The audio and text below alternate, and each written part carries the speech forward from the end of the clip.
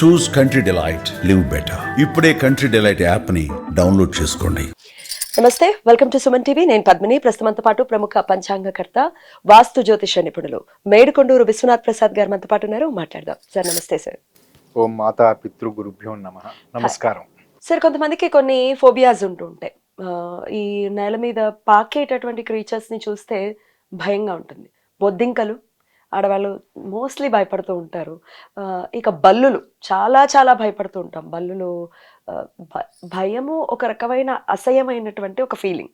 దాన్ని చూస్తే దాన్ని చూడబుద్దేదు, ఇట్లాంటిది.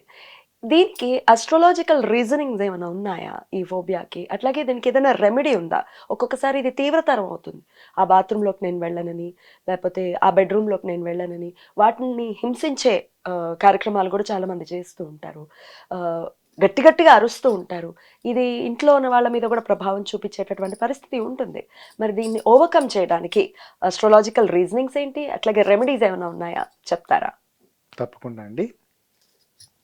మీరు అడిగిన దీన్ని ఇంగ్లీష్లో హెర్పిటోఫోబియా అంటారు. అంటే తోక ఉన్న క్రీచర్స్కి సంబంధించి చూసిన వెంటనే భయం, అసహ్యం, జుగుప్స కలగటం, అటువంటి కలిగిన తర్వాత శారీరకంగా మార్పులు రావటం, చర్మంలో ఒక్కసారిగా రోమాలు నిక్కబొడుచుకోవటం లాంటివి, లేదా దద్దులు రావటం, అసహనంగా ప్రవర్తించడం, గట్టిగా అరవటం ఇద్దాన్ని. అలా కాకుండా కేవలం బల్లికి సంబంధించిన దాన్ని లిజర్టోఫోబియా అంటారు. ఈ ఫోబియాలకి ప్రధానమైన కారణం, ఫోబియా అంటే భయం, అంతే కదా? అంతే. భయానికి ముందు కుజదోషం గురించి వివరించుకున్న సందర్భంలో వివరించింది ధైర్యం. ధైర్యం యొక్క పాలు తగ్గుతూ ఉంటే భయం యొక్క పాలు పెరుగుతూ ఉంటుంది అని. అంటే కుజుని ఇన్వాల్వ్మెంట్ ఉంటుంది అని. భయాలు ఏదైనా కారణాలు కుజుడు. ధైర్యానికి కూడా కుజుడే. అంతే కదా. ధైర్యం ఆబ్సెన్స్ అయితే భయం కదా. అందుచేత ధైర్యం భయానికి రెండిటికి కారకుడు కుజుడు. రెండవది, ఇటువంటి లక్షణాలు ఉండటానికి తోక ఉన్న ఈ చిన్న చిన్న క్రీచర్స్ ఏమనాలి? క్రిమి కీటకాలు, జీవులు అందాం. వేరే జీవులు అంటే మరి కుక్క ఇటువంటివి కూడా వస్తుంటాయి. అలాగా పాకేవి ఇటువంటి. వీటికి సంబంధించి ముఖ్యంగా కేతు యొక్క ఇన్వాల్వ్మెంట్, నెప్ట్యూన్ ఇన్వాల్వ్మెంట్, ఇవి చాలా ప్రధానమైనవి.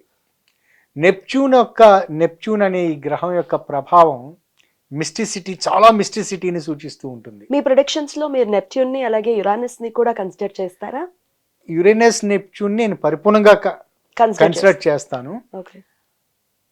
బహుశా నా మీద అలెన్ లియో గారి ప్రభావం, వెస్ట్రన్ అస్ట్రాలజర్స్. రెండవది, ఎకిరాల కృష్ణమాచారి గారి పుస్తకాల ప్రభావం నా మీద చాలా ఉంది. వారు యురేనస్, నెప్ట్యూన్ చాలా పరిపూర్ణంగా కన్సిడర్ చేస్తారు. ఒక వీడియోలో మనం మాట్లాడుకుందాం సార్, ఈ రెండు గ్రహాల గురించి ఎట్లాంటి ఇంపాక్ట్ ని చూపిస్తాయని నెక్స్ట్ వీడియోలో మాట్లాడుకుందాం. Right sir. Ketu and Neptune అని చాలా మిస్టిక్ ప్లానెట్. Right sir. ఈ మిస్టిక్ ప్లానెట్ ముఖ్యంగా కుజుని తోటి ఏదన్నా నెగిటివ్ ఆస్పెక్ట్ ఉండటం, కుజుడు ప్లేస్ చేయబడి ఉన్న ఏ భావంలో అయితే ప్లేస్ చేయబడి ఉన్నాడో ఆ భావాధిపతితోటి స్క్వేర్ ఆస్పెక్ట్ ఇచ్చి ఉండటం. స్క్వేర్ ఆస్పెక్ట్ అంటే 90 డిగ్రీల కోణస్థితి, లేదా అపోజిషన్ అంటే 180 సమసప్తక కోణస్థితి కలిగి ఉండటం. ఇటువంటి సన్నివేశాలలో ఈ హెర్పిటోఫోబియా ఏర్పడే అవకాశాలు ఉంటాయి. కుజునికి సంబంధించి, నెప్ట్యూన్కి సంబంధించి. కొన్ని సందర్భాల్లో కుజకేతువులు కలిసి ఉండి ఆ రాశ్యాధిపతి, కుజకేతువులు కలిసి ఉన్న ఏ రాశిలో కలిసి ఉన్నారో ఆ రాశ్యాధిపతి అశుభ దృష్టితోటి ఉండటం, సేమ్ 90 డిగ్రీస్ 180 డిగ్రీస్ కోణస్థితి కలిగి ఉన్న సందర్భాలలో కూడా ఏర్పడుతూ ఉంటుంది. ఉదాహరణకి కుజ రవిగ్రహాల మధ్య 90 డిగ్రీల కోణస్థితి ఉండి నెప్ట్యూన్ రవితోటో కుజునితోటో కలిసి ఉన్నాడు అని అనుకుందాం. వాళ్ళు మానసిక పరిస్థితి అంటే వాళ్ళు చిన్నప్పుడు చూసిన కుటుంబంలో చూసిన రకరకాల సంఘటనలు, లేదా చిన్నప్పుడు వాళ్ళ తల్లిదండ్రులు చెప్తూ ఉంటారు, కథలు చెప్తూ ఉంటారు. కొంతమంది మనకి కంచిలో బంగారు బల్లి ఇటువంటిది ఉంది, అక్కడికి పిల్లల్ని తీసుకొని వెళ్తూ ఉన్నప్పుడు బల్లిని మీద పడితే ఇటువంటి దోషాలు ఉంటాయి కాబట్టి ఆ దోష నివారణ కొరకు మనం ముట్టుకుంటున్నామని. ఇది నిజానికి వారు అక్కడ ఉన్న స్థల పురాణం గురించి చెప్పడం ఏదో వీటి గురించి, కానీ చిన్నపిల్లల మనసులో బల్లి అనేది ఒక ప్రత్యేకమైన, అది అంటరానిది, అది అంటుకుంటే పాపం తగులుతుందనే భావన, ఆ పాపం తొలగిపోవాలంటే కంచి వెళ్ళాలనే భావన ఏర్పడుతూ ఉంటుంది. లేదా కథల్లో బల్లి మీద, కొన్ని పుస్తకాల్లో మన పంచాంగాల్లో వీటిలో బల్లి మీద పడితే వచ్చే ఫలితాలు, దోషాలు అని చెప్తారు. మరి వాటిలో నిజాలు ఉండవా సార్? ఉండొచ్చేమో, కానీ అందులో దోషాలు. ఇప్పుడు ఉదాహరణకి పొట్ట మీద బల్లి పడితే అనారోగ్యము అని ఇటువంటిది ఏదైనా చదివారనుకోండి. సో ఇటువంటి అది ఎవరికో జరిగింది, ఎవరో సంభాషించుకుంటున్నప్పుడు అనేది. ఇటువంటి విషయాలన్నీ బల్లిని చూసి అసహించుకోవటానికి కారణాలు అవుతాయి. ఇది రవి అంటే చిన్నప్పుడు ఏర్పరచుకున్న అభిప్రాయాలు, రవి రిలేటెడ్. అదే శుక్రునికి సంబంధించి స్క్వేర్ ఆస్పెక్ట్ ఉన్నది అనుకోండి, వారు ఇష్టపడే వ్యక్తి, వారు శారీరకంగా, మానసికంగా, లైంగికంగా ఇష్టపడే వ్యక్తి యొక్క ఆలోచనల ప్రభావం కారణం చేత నాకు జీవిత భాగస్వామి కావచ్చు, క్లోజ్ ఫ్రెండ్ కావచ్చు, మానసికంగా ఇష్టపడే వాళ్ళు ఉన్నట్టుండి, ఇక్కడ బల్లి ఉంది, ఇది నా బల్లి అంటే చాలా భయం అని చెప్తున్నారు అనుకోండి. ఆ ఇన్ఫ్లుయెన్స్ వాళ్ళ కళల రూపంలో వచ్చి కాలక్రమేణా వీళ్ళకు కూడా అదే వస్తుంది.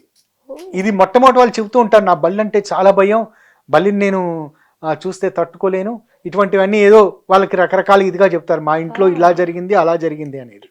మానసికంగా దగ్గరగా ఉండే వ్యక్తుల యొక్క వాళ్ళ సంభాషణలు వీరి మీద ఎక్కువ ప్రభావం చూపిస్తూ ఉంటాయి. ఇది మొదట కళల రూపంలో వస్తాయి. ఉదాహరణ పాముల గురించి కావచ్చు, బలుల గురించి కావచ్చు, ఇవి కళల రూపంలో వచ్చి దాని తర్వాత క్రమంగా స్థిరపడతాయి, ఎందుకంటే వాళ్ళ ఇన్ఫ్లుయెన్స్ ఎక్కువగా ఉంటుంది. దాని తర్వాత శనితోటి వచ్చింది అనుకోండి, శనికి సంబంధించిన దాంట్లో అటువంటి ఈ ఇందాక చెప్పిన ఫార్ములాలో శని ఇన్వాల్వ్ అయ్యాడు అనుకున్నాం.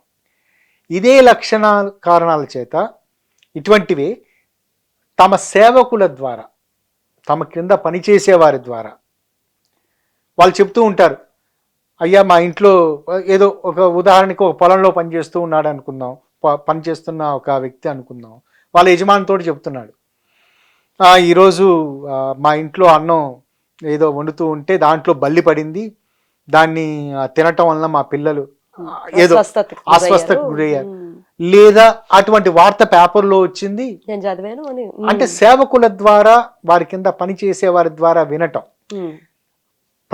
మొట్టమొదటి అసహ్యం ఆ విధంగా ఏర్పడటం అంటూ ఉంటుంది, బీజం అలా పడుతుంది.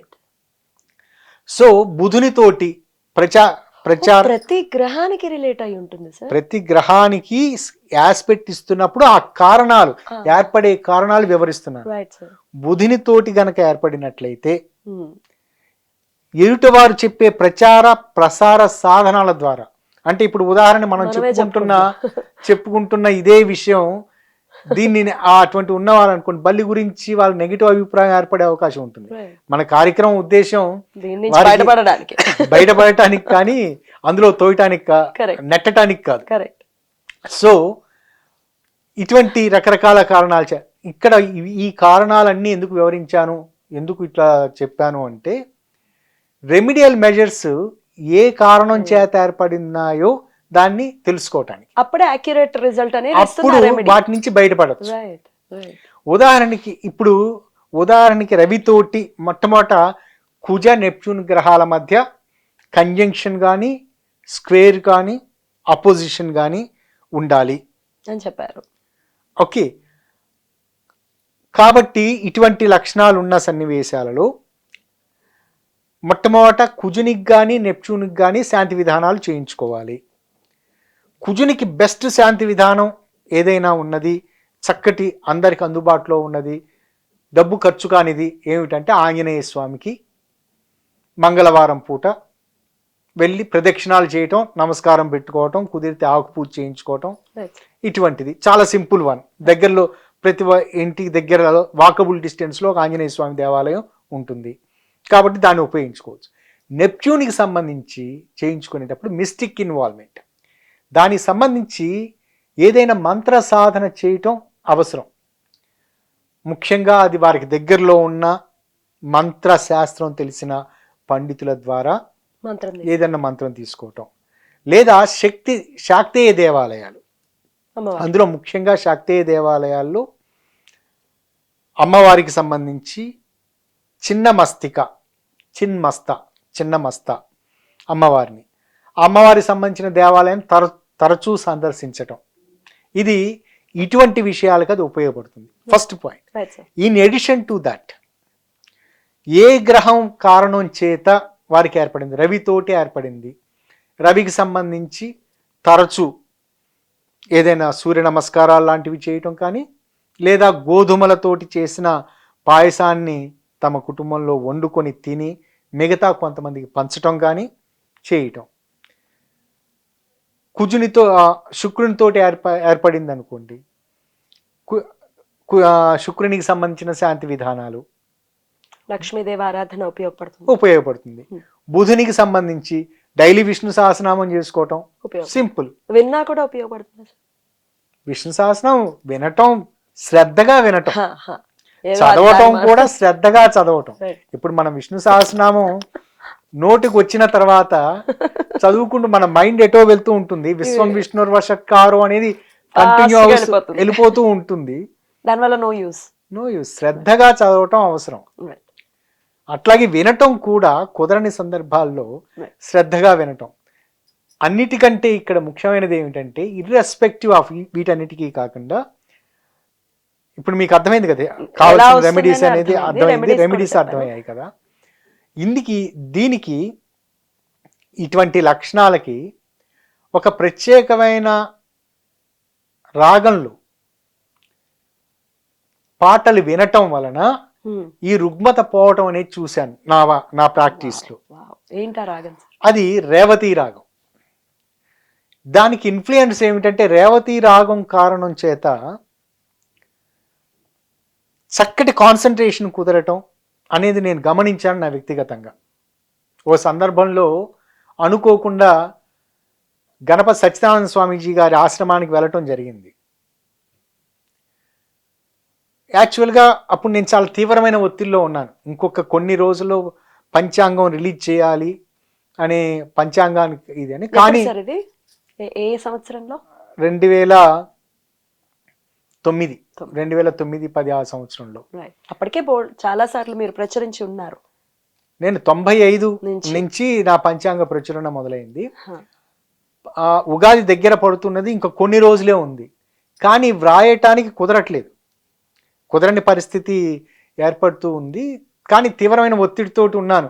ఇంకా డిటిపి చేయాలి, ఎడిటింగ్ చేయాలి, ప్రింటింగ్ చేయాలి. ఇది వీటన్నిటికీ ప్రాసెస్. నాకు సపోర్ట్ చేసే నా ఫ్రెండ్ ప్రింటర్ సుధాకర్ గారు, ఆయన తీవ్రమైన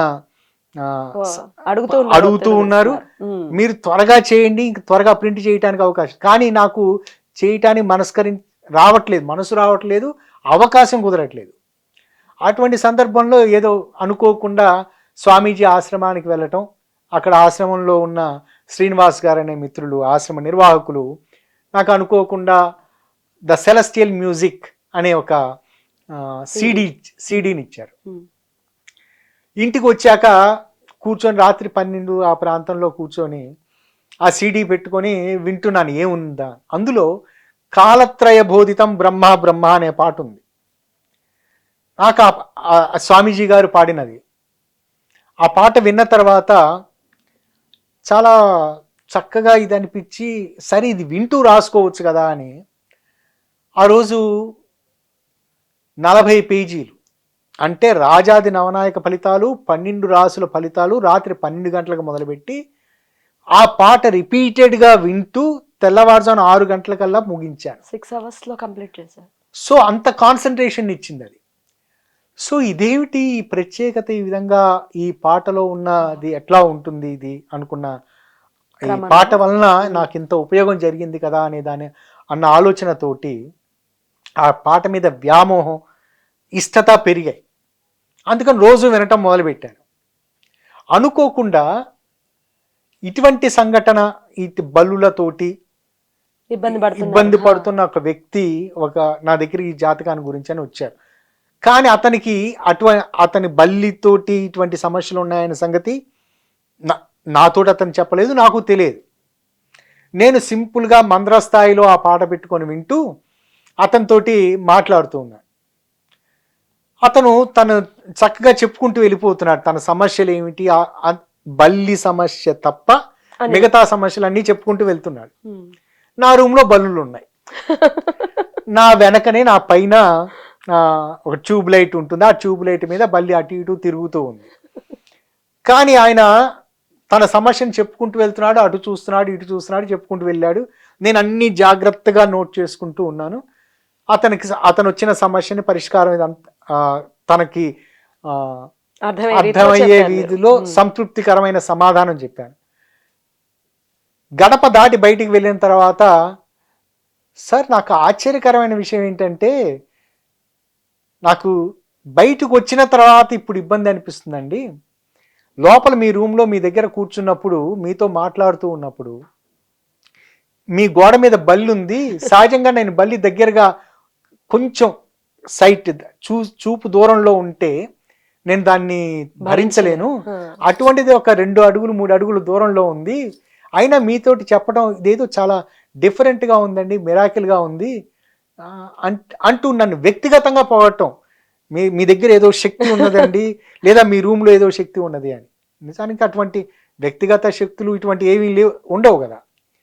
ఏమై ఉంటుంది, చాలా గొప్పగా అనుకున్నాడు. ఒక 2 రోజుల తర్వాత మరలా, సార్ ఈ విషయం చెప్పడం మర్చిపోయాను, నాకు ఈ బల్లికి సంబంధించిన ఫోబియా ఉందండి అని. ఈ బలికి సంబంధించిన ఫోబియా గురించి ఎలా తెలుసుకోవాలి ఏమిటంటే, నాకు ఉపయోగపడింది అలెన్ లియో బుక్. వాటి ద్వారా తెలుసుకుంటూ ఇటువంటి లక్షణాలు, ఇప్పుడు మీకు ముందు వివరించిన లక్షణాలు, ఈ కారణాల చేత ఈ ఫోబియా, అందులో ఎక్స్ప్లెనేషన్ అంతా పూర్తిగా సంసిద్ధత చేసుకున్న తర్వాత ఎటువంటి రెమెడీ చెప్తామని ఈ రెమెడీలు చెప్పాను. ఇది రేవతి రాగానికి సంబంధించిన, అప్పటికి చెప్పలేదు రేవతి రాగం. మరలా రెండోసారి వచ్చినప్పుడు సేమ్ రిపీటెడ్. ఇదేమో ప్యాషనేట్ గా, ఇష్టంగా నేను వింటూ ఉన్నాను. ఎందుకంటే ఆ పాట వింటూ నేను 40 పేజీలు రాశాను కాబట్టి దానివల్ల నాకు ఏదో గొప్ప ఇది అని. ఆ పాట అప్పుడు అతను వచ్చినప్పుడు మాట్లాడుతూ ఉన్నప్పుడు ఈ పూజలు చేయించండి, ఈ పూజలు చేయించండి అని అది చెప్తూ ఉన్న సందర్భంలో, కానీ సిమిలర్ అప్పట్లానే బల్లి కనిపిస్తుంది, అతను ఏమీ ఫీల్ కావట్లేదు. బయటికి వెళ్ళిన తర్వాత సేమ్ ఆన్సర్, మీ దగ్గర ఏదో ఉన్నది అని. అప్పుడు ఆలోచిస్తే ఈ కామన్గా ఉన్న ఫ్యాక్టర్ రేవతి రాగం అని. అప్పుడు సరే టెస్ట్ మోడ్గా, సార్ మీరు రేవతి రాగంలో ఇది ఉన్నదండి అని ఆయనకి ఆ సీడీ ఇచ్చి, ఇది వింటూ ఉండండి మీరు ఇంట్లో, నాకు చెప్పండి దాని రిజల్ట్ ఎట్లా ఉంటుందో అని చెప్పాను. ఆయన ఇంట్లో విన్నారు, ఆయన ఎక్స్పెరిమెంట్ చేశారు. బల్లి ఎదురుగా ఉండే చోటకి వెళ్ళి చెవిలో హెడ్ ఫోన్స్ పెట్టుకొని వింటూ ఉన్నారు. అదంటే భయం పోయింది. సో ఎప్పుడైతే ఆ ఫస్ట్ ఎగ్జాంపుల్, ఆ శాంపిల్ నాకు అనిపించిందో, నేను దాన్ని అప్పుడు జెమినీలో చేస్తున్న సందర్భంలో ప్రకటించాను. ఈ రేవతి రాగం వలన ఈ ఉపయోగం కూడా ఉంది. నాకు ఒక వ్యక్తి ఇప్పుడు ఎలా అయితే చెప్పానో అలా చెప్పాను, దాంతో రెస్పాన్స్ బాగుంది. రేవతి రాగంలో వింటూ ఉంటూ కేవలం కాన్సన్ట్రేషన్ పెరగటమే కాకుండా ఇటువంటి ఫోబియాస్ కూడా ఉన్నాయి. రేవతి రాగం వలన ఇటువంటి ఉపయోగం ఉంది. కాబట్టి ఇది ఎంత మందిలో మీరు టెస్ట్ చేశారు? ఎంత దీని రేషియో? ప్రతి శాంపుల్ నేను ఇంచుమించు 100 నుంచి 120 తీసుకుంటాను. ఆ తర్వాతనే ఒక నిర్ణయానికి వస్తాను. మినిమం అటువంటి తీసుకున్న తర్వాత సక్సెస్ రేషియో 100%. రాగం విషయంలో 100%. ఈ శాంతి విధానాల దాంట్లో ఇంచుమించు 65 to 70%. దీంట్లో ఈ ఫోబియాల తీవ్రతరం కావటం చేత చర్మానికి సంబంధించిన అనారోగ్య సమస్యలు కూడా వస్తాయి. ఎందుకంటే ముందు వివరించాను చూసారా, లైక్ చర్మం రోమాలు నెక్కబడుచుకోవటం లాంటి పరిస్థితులు అని అక్కడితోనే ఆగదు, ఇంకాస్త తీవ్రం ఇంకాస్త అవుతుంది. తీవ్రం అవుతూ ఉంటుంది. ఇటువంటి సన్నివేశాలలో ఈ రేవతి రాగం ఆ పూజలతో పాటుగా రేవతి రాగం ఇంకా చాలా బాగా ఉపయోగపడుతుంది. అర్థమైంది. ఇది కేవలం ఒకవేళ స్వామీజీ వారి ఆ కీర్తన వారు సొంతంగా రాసిన ఆలపించిన కీర్తన దొరకని సందర్భాల్లో బోల్డని సినిమా పాటలు ఉన్నాయి. రేవతి రాగంలో రేవతి for example రాగంలో ఒక పాట చెప్పండి. అది మాకు ఒక రాగాలు తెలియవు కాబట్టి నేను అడుగుతున్నాను. బహుశా మీరు గూగుల్ సెర్చ్ చేస్తే దొరుకుతాయేమో. నేను విన్నది ఏమిటంటే నాకు రాగాల గురించి తెలియదు, అది రేవతి రాగం అని అందులో రాసి ఉన్నది కాబట్టి అది రేవతి రాగం అనుకున్నాను. ఓకే ఓకే సెర్చ్ చేసుకుని ఆ పాట సెర్చ్ చేసుకుని Right, right. ఉదాహరణకి హా. ఖైదీ సినిమాలో ఒక రొమాంటిక్ సాంగ్ డ్యూయట్ ఉంది, రగులుతున్నది మొగలి పొద, అది రేవతి రాగంలో ఉందని ఒక సంగీత విద్వాంసులు సుబ్బారావు గారని వారు చెప్పారు. రైట్, ఇది- అది కూడా ఉపయోగపడుతుంది. అది ఆ పాట వింటాం కూడా, అది అందులో ఉండే భాష ఏమిటి, అందులో లిరిక్స్ ఏంటి పక్కన లిరిక్స్ పడేద్దాం. ఏంటని వదిలేద్దాం. వాళ్ళు ఆలపించింది, ఆ ఆలాపన మన మీద చాలా ప్రభావం చూపిస్తుంది. Amazing sir. అయితే స్కిన్ రిలేటెడ్ కూడా ఇష్యూస్ వచ్చే పరిస్థితి ఉంటుంది అని అంటున్నారు కాబట్టి వివరంగా ఇంకొక వీడియోలో దీని గురించి మాట్లాడుకుందాం. తప్పనిసరిగా. రైట్ సార్, చాలా బ్యూటిఫుల్ గా ఎక్స్ప్లెయిన్ చేశారు. ఇంకొక క్వశ్చన్ అడుగుతాను. మరి ఇది ఇంత హింసించటం, కొంతమంది అయితే వాటిని చంపే పరిస్థితి కూడా ఉంటుంది. నేను నా లైఫ్ లో కూడా చూశాను, చాలా దగ్గర పర్సన్స్ చంపడం. ఇది ఎటువంటి ఫలితాలను ఇస్తుందని అనుకోవచ్చు? నేను దాని గురించి ప్రస్ఫుటంగా ఏమీ చెప్పలేను. అన్ని మిగతా జీవులు ఎట్లానో బల్లి కూడా అటువంటిదే. మరి బల్లిని చంపడం వలన ప్రత్యేకంగా ఏమైనా పాపం చుట్టుకుంటుందా లేదా అనేది వివరణాత్మకంగా నాకు ఎక్కడ తెలియదు. తెలియదు. ఓకే ఓకే, కానీ హింసించడం అనేది తప్పు అనే హింసించడం అనేది తప్పు. కానీ మరి మనం పామును పూజిస్తాము, కొలుస్తాము, కానీ పాము కనిపిస్తే దాన్ని చంపకుండా వదలం. మనలో రెండు వైవిధ్యమైన తత్వాలు మనలో ఉన్నాయి. కాబట్టి పాముని చంపటం వలన మనకు నాగదోషం వస్తుందా, నాగదోషం అనేది మనకి వర్తిస్తుందా లేదా అన్న ఆలోచన అప్పుడు ఉండదు. కాబట్టి దీని గురించి నేను ప్రత్యేకంగా ఏం కామెంట్ చేయలేను. హింసించడం తప్పు అని అనుకుంటే హింసించకూడదు, అంతే. అది బలినైనా చీమనైనా దోనైనా దేన్నైనా హింసించకూడదు. రైట్ సార్, చాలా బ్యూటిఫుల్ గా ఎక్స్ప్లెయిన్ చేశారు. ఇక నెక్స్ట్ స్కిన్ రిలేటెడ్ ఇష్యూస్ కి అస్ట్రాలజికల్ రీజనింగ్స్ ఏముంటాయి, వాటి నుంచి బయటపడటం ఎట్లా అనేది నెక్స్ట్ వీడియోస్ లో మాట్లాడుకుందాం సార్. Thank you sir. నమస్తే. నమస్తే.